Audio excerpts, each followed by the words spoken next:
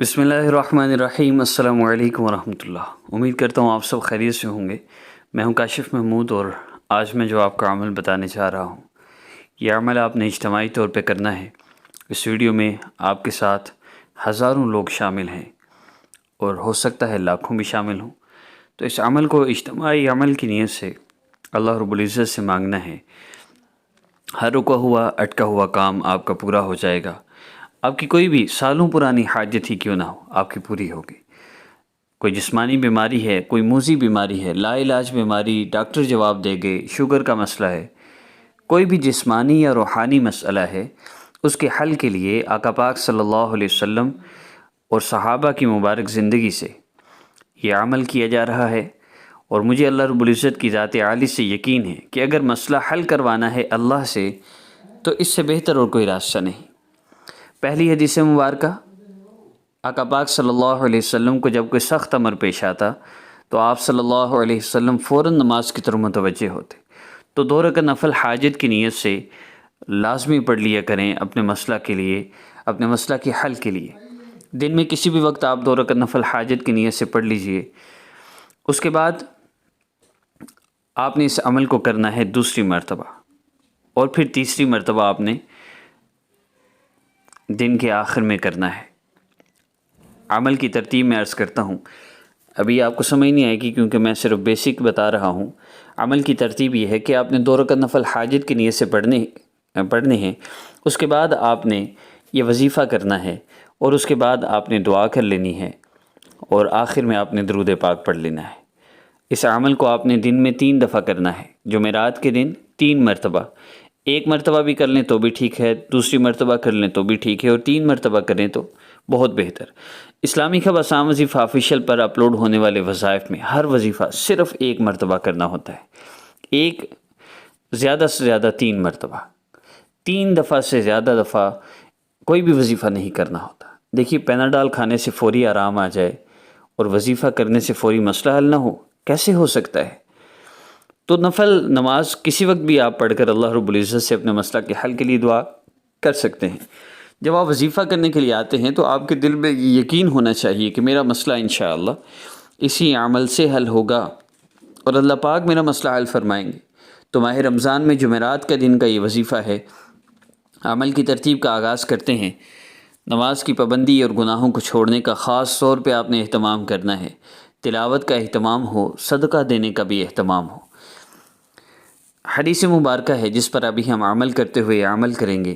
نبی علیہ الصلوۃ والسلام نے ایک صحابی دعا کرے ہیں۔ آپ صلی اللہ علیہ وسلم نے فرمایا، میرے صحابی، جب تم اللہ رب العزت سے دعا کرو تو اللہ رب العزت سے یوں مانگو، اللہ رب العزت کی عظمت اور بڑائی بیان کرو، اس کے بعد جتنا ہو سکے مجھ پر درود پاک پڑھو، پھر جو چاہو اللہ سے مانگ لو۔ اب ہم نے اس حدیث مبارکہ پر عمل کرتے ہوئے اللہ رب العزت سے مانگنا ہے اور پھر دعا کرنی ہے۔ حضرت عمر رضی اللہ تعالیٰ عنہ روایت کرتے ہیں جس کا مفہوم ہے کہ وہ دعا جس کے شروع اور آخر میں درود پاک نہ ہو وہ اللہ کے ہاں پہنچتی ہی نہیں۔ تو جب ہم عمل کر لیں، دعا کر لیں، تو آخر میں پھر درود پاک لازمی پڑھیں۔ ہم لائیو وظائف کا سیشن اس لیے آغاز کر رہے ہیں کہ رمضان المبارک کی بابرکت گھڑیوں میں اس کا بہت زیادہ اور بہت جلدی فائدہ ہوگا۔ دیکھیے، ایک بندے نے 70 مرتبہ سورہ اخلاص پڑھنی ہے، وہی 5 بندے 7 بندے 10 صفحہ پڑھیں گے تو 70 مرتبہ کی تعداد بھی مکمل ہو جائے گی اور وہ وظیفہ بھی مکمل ہو جائے گا۔ مثال کے طور پر سورہ فاتحہ کو 70 ٹائمز پڑھنا لا علاج بیماری کے لیے بڑا مؤثر ہے۔ ایک بندہ 70 دفعہ پڑھے کتنا مشکل ہے، لیکن 10 بندے 7 دفعہ پڑھ لیں تو 70 ہو جاتا ہے، 7 بندے 10 دفعہ پڑھیں تو 70 ہو جاتا ہے۔ اسی طرح یہ جو اجتماعی ذکر ہے جب ہم کریں گے تو 10 دفعہ 15 دفعہ 20 دفعہ اللہ رب العزت کا ذکر نہیں ہوگا، بلکہ ہزاروں نہیں لاکھوں دفعہ آپ اللہ رب العزت کا ذکر ہوگا، اور پھر اس کے بعد جب ہم دعا کریں گے تو اجتماعی دعا ہوگی۔ اس لیے اس عمل کی ترتیب حدیث مبارکہ پر عمل کرتے ہوئے یہی ہوگی۔ تو آئیے اللہ رب العزت کے اسماء مبارکہ کا ذکر کرتے ہیں۔ اللہ رب العزت کے اسماء مبارکہ میں الرحمن، الرحیم، الملک، القدوس، ان 4 اسماء مبارکہ کا ذکر، اس کے بعد درود پاک ہوگا، پھر اس کے بعد دعا ہے۔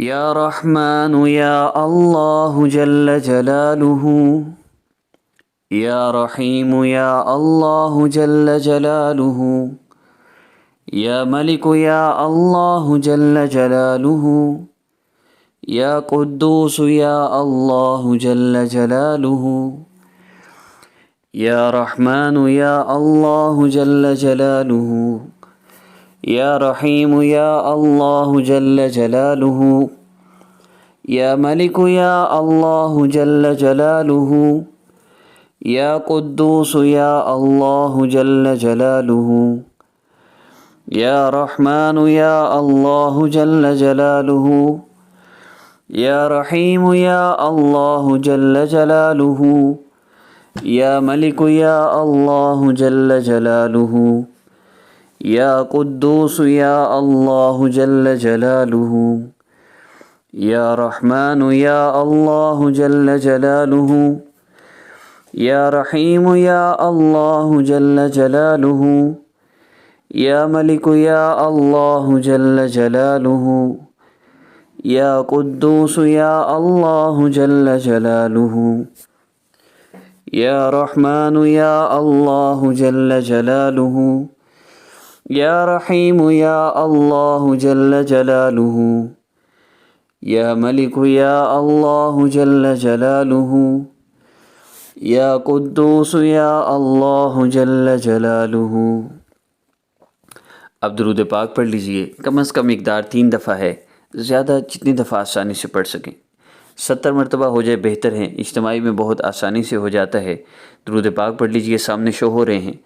صلی اللہ علی النبی الامی، صلی اللہ علی سیدنا محمد، صلی اللہ علیہ وآلہ وسلم، صلی اللہ علیہ وسلم، صلی اللہ علی النبی الامی، صلی اللہ علی سیدنا محمد، صلی اللہ علیہ وآلہ وسلم، صلی اللہ علیہ وسلم، صلی اللہ علی النبی الامی، صلی اللہ علی سیدنا محمد، صلی اللہ علیہ وآلہ وسلم، صلی اللہ علیہ وسلم۔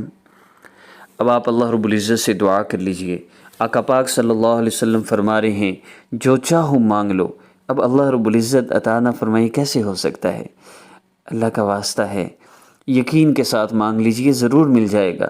اللہ پاک سے مانگ رہے ہیں، دنیا کے کسی بندے سے مانگے کتنا یقین ہوتا ہے، بڑا سخی ہے۔ اللہ تو بڑے مہربان ہیں، یقین کے ساتھ مانگیے، اور یہ نام والدہ کے نام اور تصویریں اور یہ استخارے چھوڑ دیجئے، اللہ پاک سے ان اعمال سے اپنے مسئلے حل کروا لیجئے۔ السلام علیکم ورحمۃ اللہ وبرکاتہ۔